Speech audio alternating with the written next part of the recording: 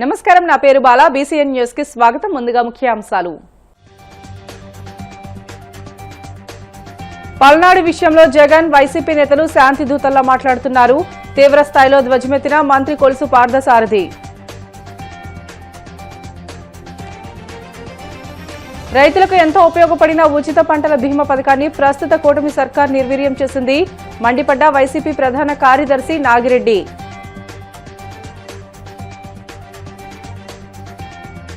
తిరుమల శ్రీవారిని దర్శించుకున్న సినీ నటుడు నవీన్ చంద్ర. ఆలయ మర్యాదలతో స్వాగతం పలికిన అధికారులు.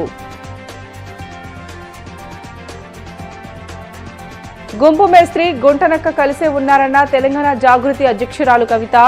ఫోన్ ట్యాపింగ్ పేరుతో రాజకీయ డ్రామా మొదలుపెట్టారని ధ్వజం. వైసీపీ అధినేత జగన్ ఓసారి పాదయాత్ర చేస్తేనే రాష్ట్రానికి అంచనా వేలేనంత నష్టం జరిగింది. మరోసారి పాదయాత్ర చేస్తే ఈ రాష్ట్రం ఏమైపోతుందోనని ప్రజలను ఓసారి మోసం చేయగలిగారని, ఆయన మళ్లీ మోసం చేయాలనుకుంటే ప్రజలంతా అమాయకులు కారని మంత్రి కొలుసు పార్థసారథి వ్యాఖ్యానించారు.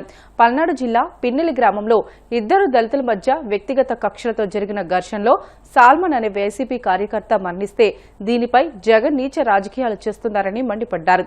రాజకీయ రంగు పులిమి కులాల మధ్య చిచ్చు పెట్టేందుకు చూస్తున్నారని విమర్శించారు. పిన్నెల్లి గ్రామంలో జరిగిన తాజా ఘటన, వ్యక్తిగత కారణాల మూలంగా జరిగిన తాజా ఘటనని ఆసరా చేసుకుని జగన్మోహన్ రెడ్డి గారు నీచి రాజకీయానికి ఒడిగడుతున్నాడని చెప్పేసి మనం చేస్తా ఉన్నా. నేను సాల్మాన్ పేతూరు అనే ఇద్దరు వ్యక్తులు, ఇద్దరు కూడా దళిత వర్గానికి చెందిన వారే. వారి వ్యక్తిగత కక్షల మూలంగా జరిగిన ఒక దుర్ఘటనని ఆసరా చేసుకుని ఈరోజు వైఎస్ఆర్ కాంగ్రెస్ పార్టీ రాజకీయం చేయటం చాలా దురదృష్టకరం అని చెప్పేసి మనం చేస్తాను. దానికి రాజకీయ రంగు పులవటం, తెలుగుదేశం పార్టీకి అంటగట్టడం, ఇదంతా కూడా చాలా దారుణం అని చెప్పేసి నేను భావిస్తా ఉన్నాను. ఒకసారి చంద్రబాబు నాయుడు గారి చరిత్ర చూస్తే హైదరాబాదులో మత ఘర్షణల్ని ఉక్కుపాదంతో తొక్కేసిన చరిత్ర చంద్రబాబు నాయుడు గారిది. అదేవిధంగా రాయలసీమలో ఫ్యాక్షన్ రాజకీయాలకు అడ్డుకట్ట వేసిన చరిత్ర చంద్రబాబు నాయుడు గారిది. వీరేదైతే ప్రాంతాన్ని ఈరోజు చెబుతా ఉన్నారో పల్నాడు, పోనీ పిన్నెల్లి గ్రామం తీసుకుంటే 2014-2019 మధ్యలో చక్కగా ఉన్న గ్రామం ఇది. ఇదే గ్రామంలో ఇదే సాల్మాన్ అనే వ్యక్తి, అంటే వారు మరణించారు కాబట్టి వారి గురించి మాట్లాడకూడదు, కానీ 2019లో వైఎస్ఆర్ కాంగ్రెస్ పార్టీ గెలిచిన తర్వాత ఒక ఊరేగింపు చేస్తా ఉంటే అక్కడ పేతూరు గారికి వీరికి సల్మాన్ గారికి జరిగిన వ్యక్తిగత తగాదాలు చిలికి ఈ విధంగా తయారని చెప్పేసి మనం చేస్తాం. అంతేగాని ఇది రాజకీయాలకు కానీ పార్టీలకు కానీ సంబంధం కాదు. మీరు ఈ విధంగా రాజకీయ రంగు పొలవటం అనేది మీ దిగజారు రాజకీయాలకి మీకు చెప్పుకుంటానికి ఏమీ లేక ఈ విధంగా మాట్లాడుతున్నారని చెప్పేసి నేను మనవి చేస్తా ఉన్నాను. ఇదే ఈ పిన్నెల్లి గ్రామానికి చెందిన సాల్మాన్ అనే వైసీపీ కార్యకర్త పక్క గ్రామంలో ఎక్కడో ఉంటూ 10వ తారీఖున ఈ గ్రామం రావటం జరిగింది. ఇద్దరికి జరిగిన వాదనలో ఘర్షణ జరగటం అందరికీ తెలిసిందే. మరి దురదృష్టవశాత్తు సాల్మాన్ గారు మరణించారు. ఆ ఘటనను ఆశ్రయ చేసుకుని రాష్ట్రంలో కులాల మధ్య చిచ్చు పెట్టడానికి, విధ్వంసకర పరిస్థితులను సృష్టించడానికి ప్రయత్నం చేయటం చాలా బాధాకరం అని చెప్పేసి కూడా మనం చేస్తాం. సాక్షి టీవీలో చెప్తా ఉన్నారు, చాలా ప్రశాంతంగా ఉండేది పిన్నెల్లి గ్రామం వైసీపీ పరిపాలనలో అని చెప్పేసి. ఒక్కసారి జగన్మోహన్ రెడ్డి గారు ఒక్కసారి జ్ఞాపకం చేసుకుంటే కొన్ని వందల కుటుంబాలు గ్రామాన్ని విడిసి పారిపోయినాయి. ఎటువంటి పరిస్థితి ఉండిందంటే ఆఖరికి ఈ గ్రామస్తులు గ్రామంలోకి రావటానికి రిట్ పిటిషన్ వేసుకుని కోర్టు ద్వారా పోలీసులకి డైరెక్షన్ ఇప్పించుకోవాల్సిన పరిస్థితి వచ్చింది. కోర్టు డైరెక్షన్ ఇచ్చినా కూడా పోలీసులు సహకరించని పరిస్థితి, వారు గ్రామాల్లో కూడా వెళ్ళలేని పరిస్థితి. ఆఖరికి ఎలక్షన్ కోడ్ వచ్చిన తర్వాత కానీ పోలీసులు లేకపోతే ఎలక్షన్ కమిషన్ ఆధ్వర్యంలో గ్రామాలు ఉంటాయి కాబట్టి అప్పుడు వీరందరూ ఈ 100-150 కుటుంబాలు మళ్ళీ ఆ గ్రామంలోకి వెళ్ళటం జరిగిందని చెప్పేసి మనం చేస్తాను. అటువంటి పరిస్థితులు వైఎస్ఆర్ కాంగ్రెస్ పార్టీలో జరిగితే ఈరోజు తెలుగుదేశం పార్టీ మీద బురద జల్లటానికి జగన్మోహన్ రెడ్డి గారు ప్రయత్నం చేయటం చాలా దారుణం అని చెప్పేసి మనం చేస్తాను. ఆయన చెప్తా ఉన్నారు ఏమిటో వారొక్కళ్ళే దళితులకి ఏదో చేసినట్టు, దళితులు మా వాళ్ళే అంటున్నారు. దళితులకి జరిగిన అన్యాయాన్ని ఒకసారి గుర్తు చేసుకుంటే, ఒక దళిత యువకుణ్ణి దారుణంగా చంపేసి కారు డిక్కీలో వేసుకుని ఇంటి దగ్గర డోర్ డెలివరీ చేసిన చరిత్ర ఏ పార్టీ నాయకుడికి కూడా ఉండుండదు.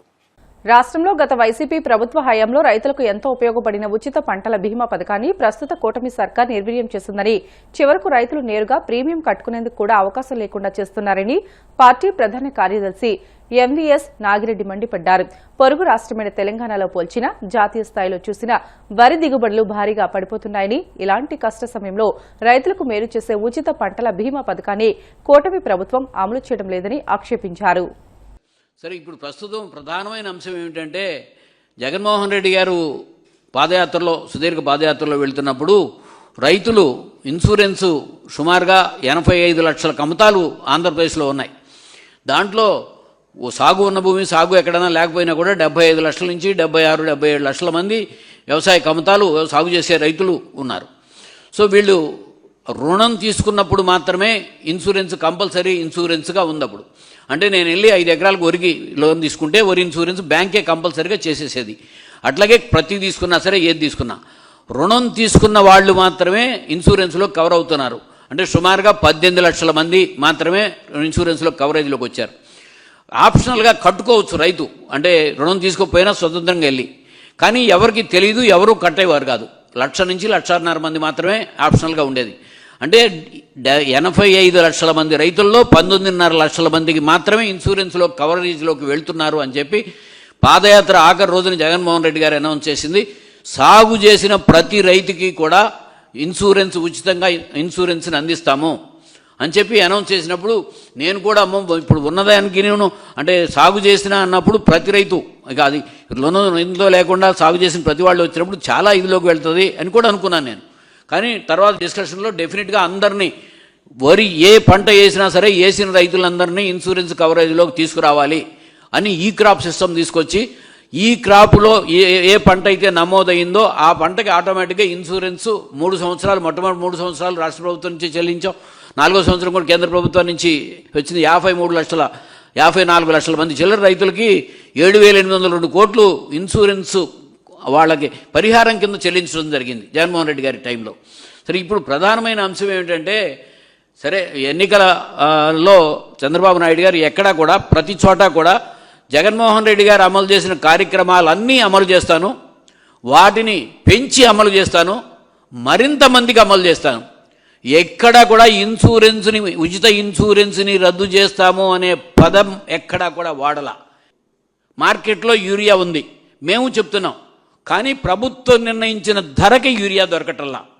ఇది మాకు ఇచ్చిన దాంట్లో కూడా సొసైటీలకి మార్కెట్ ద్వారాగా చాలా దగ్గరగా 65-70% సొసైటీలు మార్కెట్ ద్వారా ఇచ్చాము, వ్యాపారస్తులకే తక్కువ ఇచ్చాము అని చెప్పారు అగ్రికల్చర్ డిపార్ట్మెంట్ నుంచి.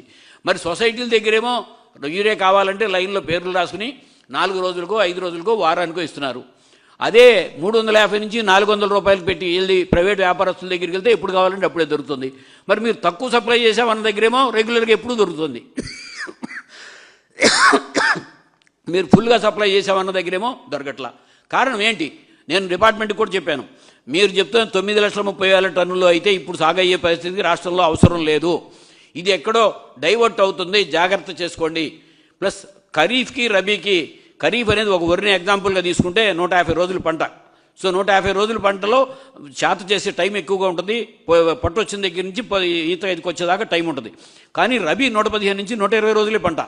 అంటే 45 రోజులు 50 రోజుల్లో పూర్తిగా యూరియా దరిదాపుగా వేయాల్సిన కోట వేసేయాలి. సో చిరుపట్టు దశకు వచ్చేటప్పటికి వేసేయాలి. ఇప్పుడు నెల్లూరు జిల్లా మొత్తం ఆల్రెడీ చిరుపట్టు దశ స్టేజ్లో ఉంది. ఇంకా గోదావరి జిల్లాలో తీసుకుంటే సాగు ఇంకా 7,45,000 హెక్టార్లకి, ఇప్పుడు నేను చెప్పింది 4,96,000 హెక్టార్లకే ఇప్పుడు సాగు జరిగింది. అంటే ఇంకా సాగు ఉంది గోదావరి జిల్లాలో. సాగు ఉండగానే పరిస్థితికి ఏమిటి? సో ప్రభుత్వం నిర్ణయించిన ధరకి అమ్మించలేకపోవడం, చిన్న యూరియా కూడా రైతులకు అమ్మించలేని పరిస్థితిలో ఉన్నామా మనం? బాల్యం నుంచి ఒకరికొకరు తోడు నీడగా తిరిగిన మిత్రుల మధ్య ఆర్థిక లావాదేవీల వివాదం చిచ్చురు చివరకు హత్యకు దారితీసింది. ఈ ఘటనలో ఒకరు ప్రాణాలు కోల్పోగా మరొకరు కటకటాల పాలయ్యారు. ఏలూరు జిల్లా భీమడోలు శివారు జాతీయ రహదారి సర్వీస్ రోడ్డులో జరిగిన హత్య కేసులో నిందితుడిని పోలీసులు అరెస్ట్ చేశారు. భీమడోలు పోలీస్ స్టేషన్లో జరిగిన మీడియా సమావేశంలో ఈ కేసు వివరాలను ఏలూరు డీఎస్పీ శ్రావణ్ కుమార్ వెల్లడించారు. భీమడోలు మండలం సూరప్పగూడెం గ్రామానికి చెందిన వెజ్జు రమేష్, కర్రికొండ కుంకుళ్ల తులసి శ్రీనివాస్ చిన్నతనం నుంచి మిత్రులు.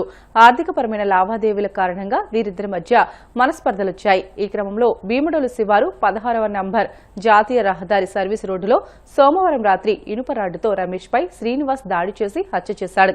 అన్ని సాక్ష్యాధారాలతో శ్రీనివాస్ ను అరెస్ట్ చేసి న్యాయస్థానంలో హాజరుపరచగా న్యాయమూర్తి రిమాండ్ విధించినట్లు డీఎస్పీ శ్రావణ్ కుమార్ వెల్లడించారు. ఈ గవర్నమెంట్ ల్యాండ్స్ దగ్గరలో ఉన్నటువంటి ఏరియాలో జరిగినటువంటి హత్య కేసులో ఈ యొక్క ముద్దాయి అయినటువంటి కర్రికొండ కుంకుళ్ళ తులసి శ్రీనివాస్ 20 సంవత్సరాలు జామ తల్లి వద్ద సౌరపగూడి అవుతుంది. ఇతను ఫ్రెండ్ అయినటువంటి veggie Ramesh son of Devaraju 28 ఇద్దరు కూడా బోత్ ఆర్ ఫ్రెండ్స్. అయితే వీళ్ళకి ఈ యొక్క ఆర్థిక లావాదేవీలు ఉన్నాయి. ముఖ్యంగా వీళ్ళు ఈ ట్రాన్స్పోర్ట్ బిజినెస్ చేస్తూ ఉంటారు కోకోకోలా కంపెనీకి సంబంధించి. దాని విషయంలో వీళ్ళిద్దరూ ఆర్థికంగా లావాదేవీలతో పట్టడంతో పాటు ఈ దాని మీద ఘర్షణ పడి ఇతన్ని కుటుంబం మనుషులు ఎత్తుకొని తిట్టడంతో ముందే పథకం ప్రకారం ప్లాన్ చేసుకుని ఒక ముద్దాయి ఎవరైతే ఈ కుంకుళ్ళ శ్రీనివాస్ ఉన్నాడో ఒక ప్లాన్ చేసుకున్నాడు. వీడిని ఎలా అయినా అంతమొందించాలని ముందే నిర్ణయించుకొని ఒక పథకం ప్రకారం ఆ రోజంతా ఫ్రెండ్స్ కలిసి ఈ పండుగ సందర్భంగా కొంత డ్రింక్ చేసి అతన్ని ఫ్రెండ్స్ అంతా వెళ్ళిపోయిన తర్వాత ఇతను ఒక పథకం ప్రకారం ఇంట్లో ముందే సిద్ధం చేసుకున్నటువంటి ఒక రాడ్ని పెట్టుకొని ఈ అబ్బాయిని తీసుకుని వెళ్ళి బాగా డ్రింక్ చేసి ఇతన్ని కొంచెం జనం తక్కువగా ఉండే ఐసోలేటెడ్ గా ఉన్నటువంటి ఆ హైవేలోనే ఒక సైడ్ కి తీసుకుని వెళ్ళి సర్వీస్ రోడ్డు పక్కన జనం రాని సమయం చూసుకున్నాడు. అక్కడ కూర్చొని భోజనం చేద్దామని చెప్పి తీసుకెళ్లి తన్ని ముందే సిద్ధం చేసుకుని రెడీగించుకున్నటువంటి రాడ్డు తోటి చాలా వెనక భాగంలో కొట్టి ఇది ఒక యాక్సిడెంట్ గా చిత్రీకరించాలనే ప్రయత్నం చేశాడు. వచ్చి వెంటనే ఇతను యాక్సిడెంట్ జరిగినట్టుగా కాల్ చేసి చెప్పడం, ఈ యాక్సిడెంట్ కోసం అక్కడ ఉన్నటువంటి 108 వాళ్ళు చూసి వాళ్ళకి అర్థమైంది ఇది యాక్సిడెంట్ కాదు, దీనివల్ల జరిగిందని. వెంటనే మనకు వచ్చినటువంటి సమాచారం మేరకు ఈ కంప్లైంట్ వెళ్ళి చూడగా ఈ అబ్బాయి కొట్టి పారిపోతాం అనేది చూశాడు. ఎవరైతే ఈ డిసిజన్ శ్రీ వెజ్జు రమేష్ వాళ్ళ బ్రదర్ మణికంఠ చూశాడు. చూసిన దాని మీద మణికంఠ ఇచ్చినటువంటి ఫిర్యాదు మేరకు భీమడోలు పోలీస్ స్టేషన్ ఎస్ఐ గారు కేసు రిజిస్టర్ చేయడం జరిగింది. ఇది మర్డర్ కేసు కాబట్టి భీమడోలు దొలిసన్ గారు దర్యాప్తు ప్రారంభించారు. దర్యాప్తులో అన్ని కోణాలు వెలుగు తీసుకుని ఈ రోజు నాడు ఈ ముద్దాయి అయినటువంటి శ్రీనివాస్ దొరకడంతో ఇతన్ని హైవే మీద అక్కడ ఉన్నటువంటి అరెస్ట్ చేయడం జరిగింది కొంతపల్లి బస్ స్టాండ్ దగ్గర. సో ఈ రోజు అతను పట్టుకోవడం జరిగింది. ఇతని పైన రిమాండ్ పంపించడంతో పాటు షీట్ ఓపెన్ చేయడం కూడా జరుగుతుంది. కేవలం ఇద్దరు మధ్య ఉన్నటువంటి వ్యక్తిగత కక్షలతోటి ముందే పథకం పొందుకొని తను ఎలాగైనా అంతరించాలి, తన ఫ్యామిలీని చేస్తున్నాడు. తర్వాత ఈ బాకీలు కొంత డబ్బులు ఇవ్వాల్సి వస్తుంది నెపంతో అతను అంతమొందడం జరిగింది. పంపించడంతో షీట్ ఓపెన్ చేయడం జరుగుతుంది. ఈ సందర్భంగా వెంటనే ఈ కేసు జరిగిన 24-48 గంటల్లోనే మనకి మొత్తాన్ని పట్టుకోవడం జరిగింది. కాబట్టి నేను అభినందిస్తూ ఈ కేసుని ప్రతిష్టాత్మకంగా తీసుకొని కన్విక్షన్ వచ్చేటట్టుగా అన్ని కోణాల్లో దర్యాప్తు చేయడం జరిగింది. ముఖ్యంగా క్లూస్ టీము, డాగ్ స్క్వాడ్, తర్వాత ఎఫ్ఎస్ఎల్ టీం రప్పించడంతో పాటు అక్కడ ఉన్నటువంటి అన్ని ప్రాథమిక ఆధారాలు, అక్కడ ఉన్నటువంటి ఏలుముద్రలు, అదేవిధంగా అక్కడ ఉన్నటువంటి సాక్షులు అన్ని ఆధారాలు కూడా సేకరించడం జరిగింది. మైన్యూట్ గా చేస్తున్నాం. దీంట్లో ముద్దాయిలను ఖచ్చితంగా శిక్ష పడే విధంగా మేము అన్ని విధాలా చర్యలు తీసుకున్నాం. బ్రేక్ తీసుకుందాం. Stay with us.